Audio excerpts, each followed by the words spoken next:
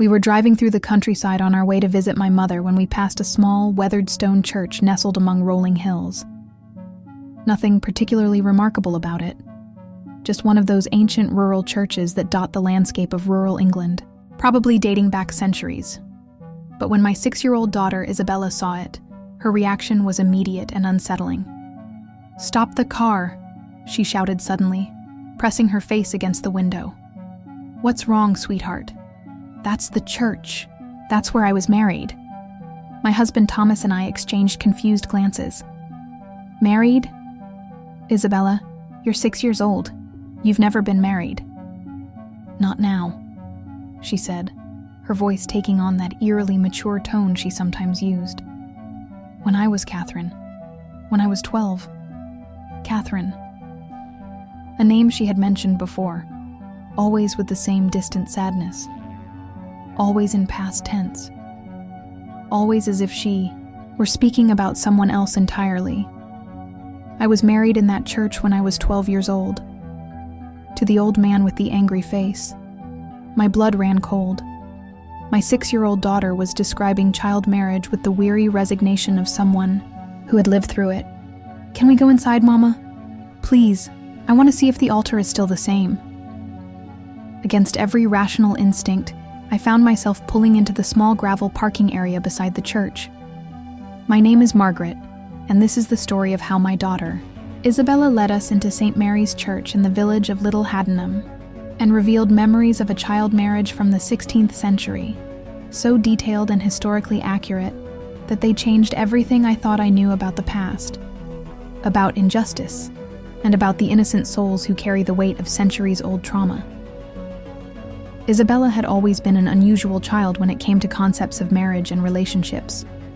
While other 6-year-olds played wedding dress-up and dreamed of fairy tale romances, Isabella would grow visibly distressed whenever the topic of marriage came up. "I don't want to get married," she would say when her friends talked about their future weddings. "Why not, sweetheart? Most little girls dream about their wedding day. Because sometimes little girls get married to old men who don't love them. Sometimes they get married when they're too young to understand what marriage means." "That doesn't happen anymore, Isabella. Now people only get married when they're grown up and choose to love each other." It happened to Catherine. Catherine had to marry the old man because her papa owed him money. Catherine again. Always Catherine. The mysterious girl whose life Isabella seemed to remember with painful clarity. "Tell me about Catherine's marriage." "It wasn't a real marriage. Catherine was too young. She didn't understand why she had to wear the white dress and say the words in church." "How old was Catherine when she got married?" 12. Just 12. She still played with dolls sometimes, but then she had to become a wife. The concept of a 12-year-old bride was historically accurate for certain periods and social classes in England, but how could a 6-year-old understand the social and economic forces that drove such arrangements? Why did Catherine have to get married so young? Because her papa borrowed money from Sir Edmund to save their farm. When papa couldn't pay the money back, Sir Edmund said he would forgive the debt if Catherine became his wife. Sir Edmund. Specific name. A title suggesting nobility. The kind of detail that could potentially be researched and verified. What was Sir Edmund like? Old. Much older than Catherine's papa. He had gray hair and a beard, and his hands were always cold, and he smelled like leather and wine. Was he kind to Catherine? Isabella's expression grew dark. He pretended to be kind when other people were watching, but when they were alone, he would get angry if Catherine acted like a child. What do you mean? He would say that Catherine was his wife now, and had to behave like a woman. But Catherine didn't know how to be a woman. She was still just a little girl who missed her mama. Where was Catherine's mama? Mama died when Catherine was 9. That's why Papa couldn't take care of the farm by himself. That's why he needed to borrow money. The tragic backstory was becoming more complex and emotionally devastating with each detail, but also more historically plausible. Rural families in medieval and early modern England often faced financial ruin after the death of a spouse. Arranged marriages were common solutions to economic problems. Child brides were not unusual among certain social classes. What was Catherine's full name? Catherine Anne Hartwell, but after she married Sir Edmund, she had to be called Lady Catherine Blackwood. Catherine Anne Hartwell, Lady Catherine Blackwood. Complete names with appropriate social markers for the period. Do you remember what year Catherine got married? I don't know years the way you do, but it was when Queen Elizabeth was the ruler. The first Queen Elizabeth, the Elizabethan era, 1558 to 1603. A specific historical period that would allow for detailed research into marriage records and noble families. Do you remember where Catherine lived? In a village with a funny name, Little Haddenham, near the big house where Sir Edmund lived. Little Haddenham. The same village where we had just stopped. The same village where Isabella had recognized the church. Isabella, how do you know the name of this village? Because Catherine lived here, in the cottage by the mill with Papa before she had to move to the big house with Sir Edmund. She was describing the local geography with the familiarity of someone who had grown up there. But we were 50 miles from our home, in a village Isabella had never visited before. As we approached St. Mary's Church, Isabella walked with the confidence of someone returning to a familiar place. The door is different, she observed. It used to be wooden with iron bands. This one is newer. How do you know what the old door looked like? Because Catherine walked through it on her wedding day. She was so scared she could barely stand up. The church was indeed ancient, with Norman architecture dating back to the 12th century, but churches underwent renovations and updates over the centuries. It was entirely possible that the door had been replaced multiple times since the 1500s. Inside, the church was small and simple: stone walls, wooden pews, a modest altar, the kind of country church where local villagers had worshipped for hundreds of years. Isabella walked slowly down the aisle, her small footsteps echoing in the empty space. "This is where Catherine stood," she said, stopping about halfway to the altar. "Right here, next to Papa." "What do you remember about the wedding ceremony?" The priest spoke in Latin, which Catherine didn't understand, and Sir Edmund held her hand so tightly it hurt. And Papa was crying, but he tried to hide it. Why was Papa crying? Because he knew he was giving his little girl to a man who would hurt her, but he didn't have any other choice. What happened after the ceremony? Everyone pretended to be happy. There was food and ale, and people danced. But Catherine just sat in the corner and tried not to cry. Then what? Sir Edmund took Catherine to his house, the big stone house on the hill, and Catherine never saw Papa again. Never? Sir Edmund said that Catherine belonged to him now, that she didn't need her old family anymore. How did Catherine feel about that? Lonely. So lonely that sometimes she thought about jumping from the tower window. The suicidal ideation of a child trapped in an adult situation was heartbreaking, but also historically realistic. Many child brides throughout history struggled with depression and isolation. Did Catherine ever try to run away? Once, when she was 13, she tried to go back to Papa's cottage, but Sir Edmund's men brought her back, and Sir Edmund locked her in her room for a week. What was Catherine's life like in Sir Edmund's house? During the day, she had to learn to manage the household. The cook and the maids would teach her about running a big house. At night, Isabella trailed off, her expression growing troubled. What happened at night? Sir Edmund would come to her room, and he would do things that hurt Catherine, things that wives were supposed to let their husbands do. The implication was clear and devastating. A 12-year-old child subjected to marital rape by her adult husband. A reality that was legally acceptable in the 16th century but morally horrifying by any standard. Did anyone try to help Catherine? The cook, Mary, was kind to her. She would bring Catherine extra food and let her cry in the kitchen sometimes, but Mary couldn't really help because Sir Edmund owned everyone in the house. What about the priest who married them? Father Thomas felt bad about marrying such a young girl. Sometimes he would visit and try to teach Catherine about accepting God's will. But Catherine didn't understand why God would want children to suffer. Did Catherine ever have children? Isabella's face grew very sad. Catherine got pregnant when she was 14, but the baby died before it was born. What happened? Catherine fell down the stairs when Sir Edmund was angry about something. She said it was an accident. But what? But Catherine knew that Sir Edmund had pushed her. He didn't want a baby that might inherit his property. Did Catherine get pregnant again? No. After that, Catherine couldn't have babies anymore. Sir Edmund was very angry about that. What did he do? He started looking for a new wife. Someone who could give him sons. What happened to Catherine? Sir Edmund sent her to live in a convent. He said their marriage wasn't valid anymore because Catherine couldn't provide him with heirs. How old was Catherine when she went to the convent? 16. She had been married for 4 years, but she was still just a girl. Was Catherine happy in the convent? Happier than she had been with Sir Edmund. The nuns were kind, and Catherine could read and pray and tend the garden. But she was still very sad. Why was she sad? Because she never got to have a real childhood. She went from being Papa's little girl to being Sir Edmund's wife to being a nun. She never got to just be Catherine. What happened to Catherine in the convent?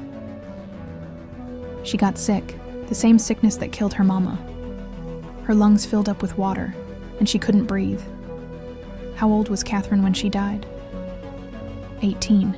Just 18 years old. Was Catherine scared when she was dying? No. She was ready to go. She said dying was better than living in a world where little girls get sold to old men. The conversation was becoming almost too painful to continue.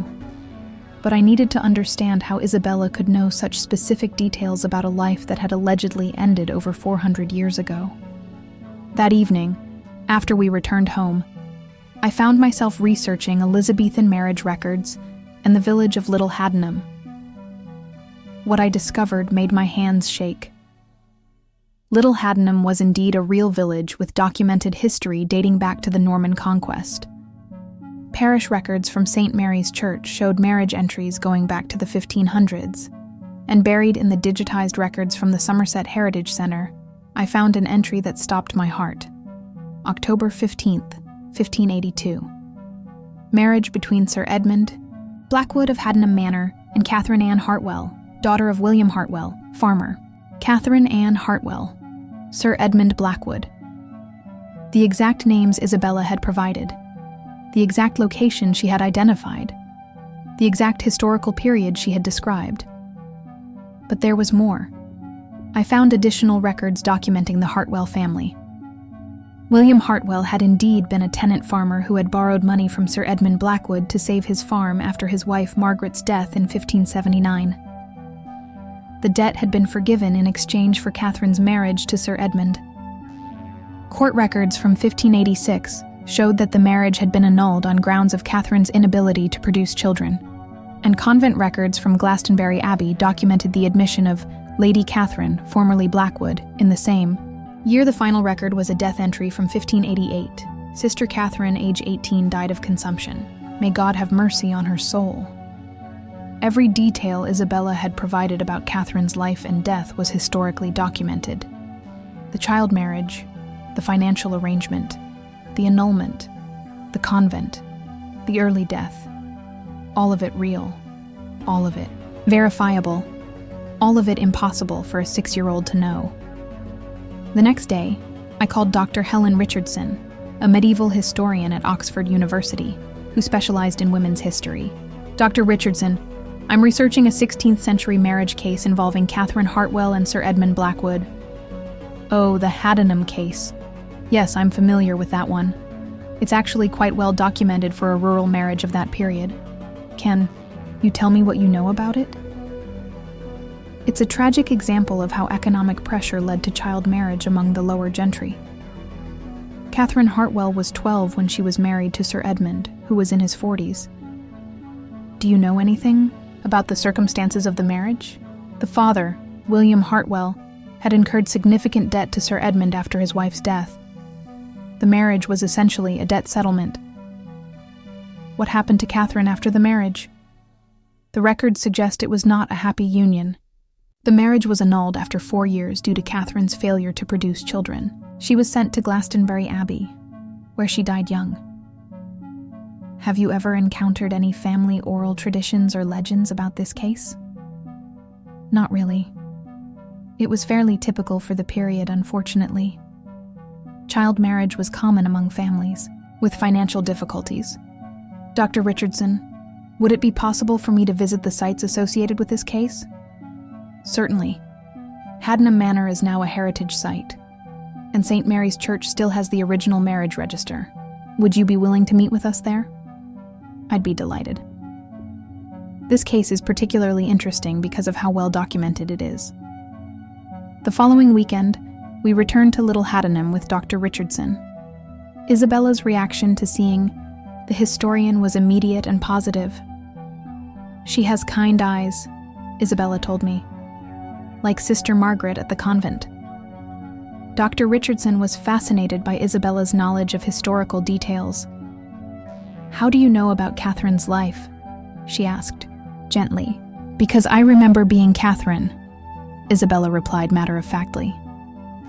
What do you remember about living in this village? Papa's cottage was by the mill. It had a thatched roof and one big room downstairs where we cooked and ate. My bed was in the loft. Do you remember anything about the mill? It was loud when the wheel was turning, and it smelled like grain dust. Papa worked there sometimes when there wasn't enough work on the farm. What about the manor house?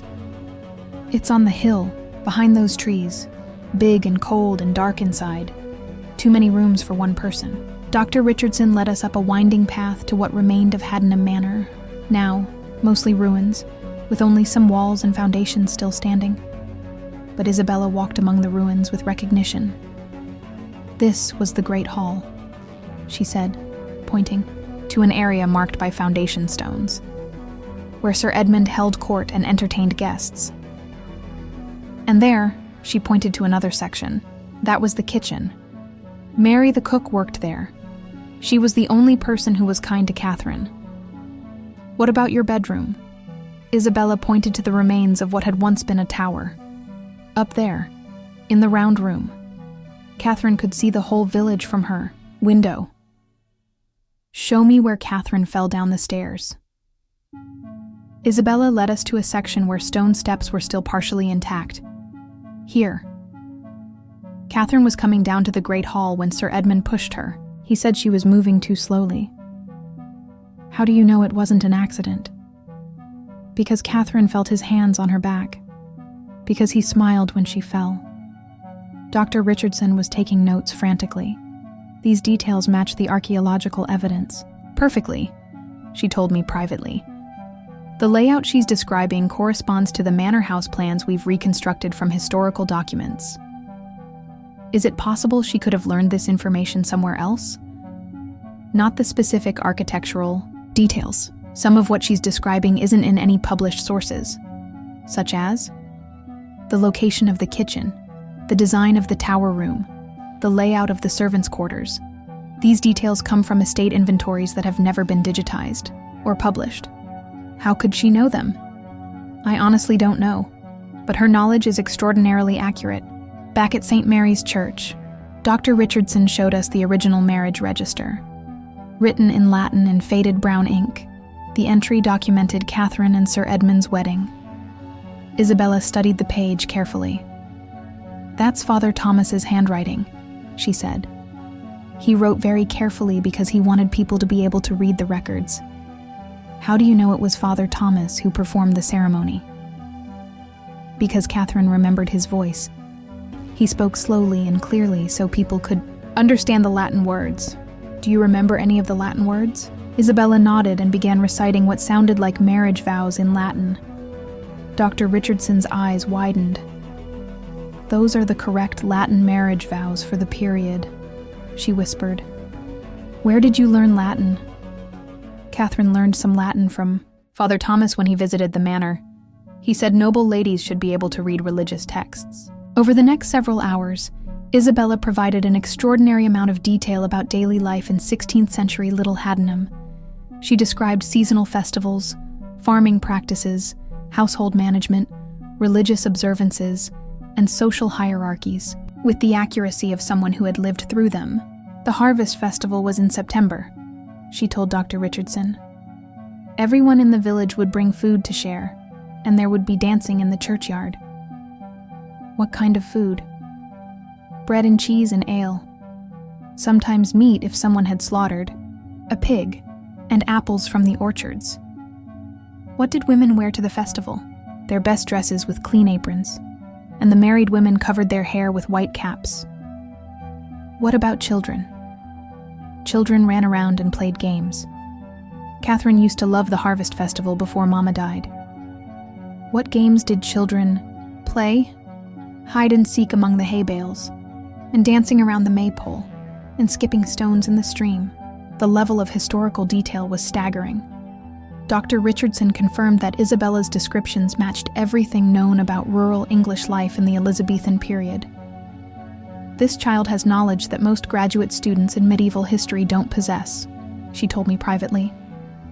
How is that possible? I can't explain it, but I can verify that virtually everything she's told us is historically accurate. Even the details about Catherine's personal life, especially those: child marriage, domestic violence, economic arrangements, based on debt. All of these were common realities for women in Catherine's social position. What about the annulment in the convent? Also accurate. Women who failed to produce children were often discarded by their husbands.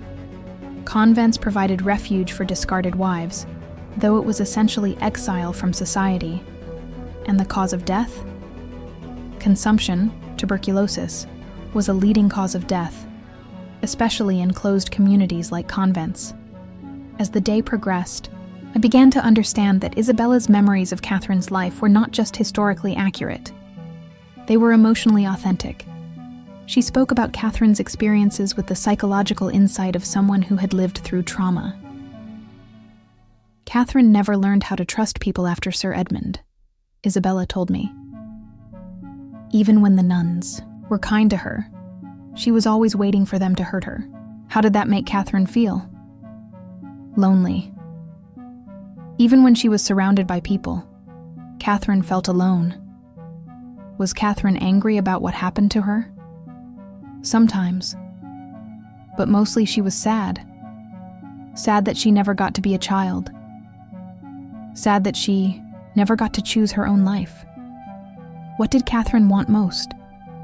To be loved for who she was, not for what she could give someone else. Did Catherine ever feel loved? Yes. Papa loved her. And Mary the cook loved her. And some of the nuns loved her. But it wasn't enough to make up for all the hurt. What would Catherine want people to know about her life? That children shouldn't be sold like property. That marriage should be about love, not money. And that girls should get to grow up before they become wives. The wisdom contained in these observations was profound. A 6-year-old child was articulating complex truths about gender, economics, and human rights, based on memories of experiences from 4 centuries earlier.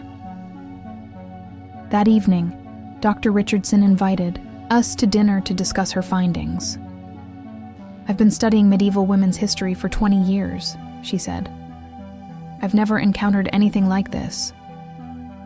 Do you believe Isabella is really remembering Catherine's life? I believe Isabella has access to accurate information about Catherine's life through some mechanism I don't understand. What do you think that mechanism might be? I honestly don't know, but the alternative explanations don't make sense. What? Alternative explanations? Fraud, false memory, coincidence, imagination. None of them account for the specificity and accuracy of Isabella's knowledge. So you think reincarnation is a possibility? I think consciousness is more mysterious than we typically acknowledge. Whether you call it reincarnation or something else, Isabella clearly has access to Catherine's memories. What should we do with this information? Document it, study it, learn from it. Learn what?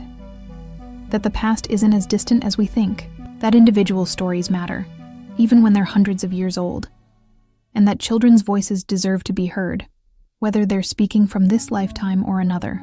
Over the following months, Dr. Richardson worked with Isabella to document Catherine's story in detail. The resulting research became the foundation for Dr. Richardson's book, Forgotten Voices: Child Marriage in Elizabethan England. Catherine's story, as remembered by Isabella, became the central case study. Catherine Ann Hartwell represents thousands of girls whose stories have been lost to history, Dr. Richardson wrote. Through the extraordinary memories of a modern child, we can glimpse the reality of what it meant to be a powerless girl in a patriarchal society. The book was published to critical acclaim and helped shed light on an often overlooked aspect of social history. But for Isabella, the most important outcome was simpler. Catherine's story had been told. Her voice had been heard. Her suffering had been acknowledged. "I don't remember being Catherine as much anymore," Isabella told me recently. "Does that make you sad?" "A little, but also relieved." "Why relieved?" "Because Catherine's sadness was very heavy. I'm glad I could help tell her story. But I'm also glad I don't have to carry her sadness forever." What did you learn from remembering Catherine's life? That I'm lucky to live now instead of then. That I get to choose who I marry when I grow up. That I get to be a child for as long as I need to be. Do you think Catherine is at peace now? Yes. Because people know what happened to her. Because her story is helping protect other children. How is her story helping protect other children? By teaching people that children shouldn't be forced to get married.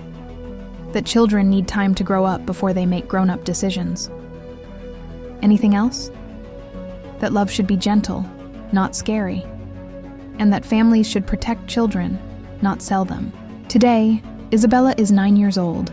She rarely speaks about Catherine anymore, though she still shows unusual maturity when discussing issues of consent, autonomy, and children's rights. She's become passionate about organizations that work to end child marriage in the modern world.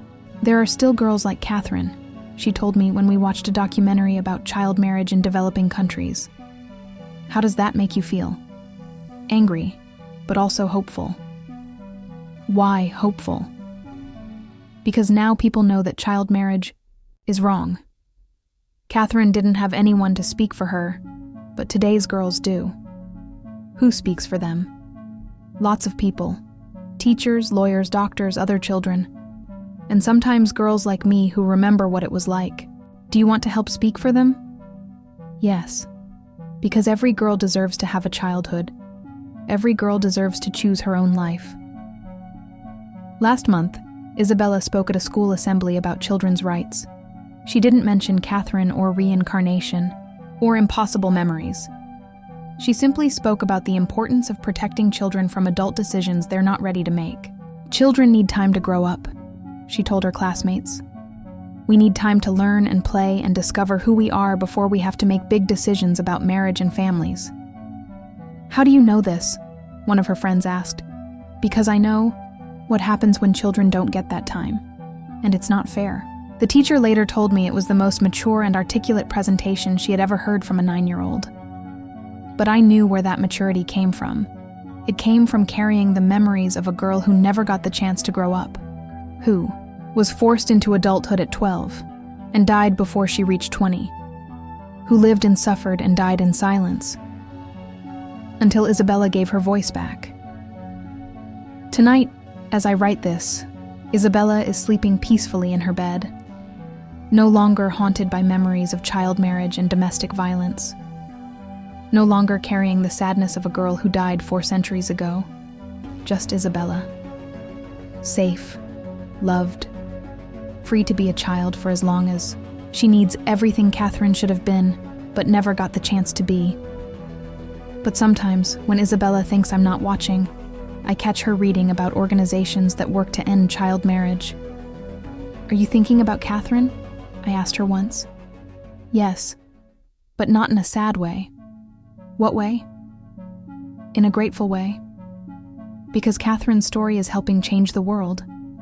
How?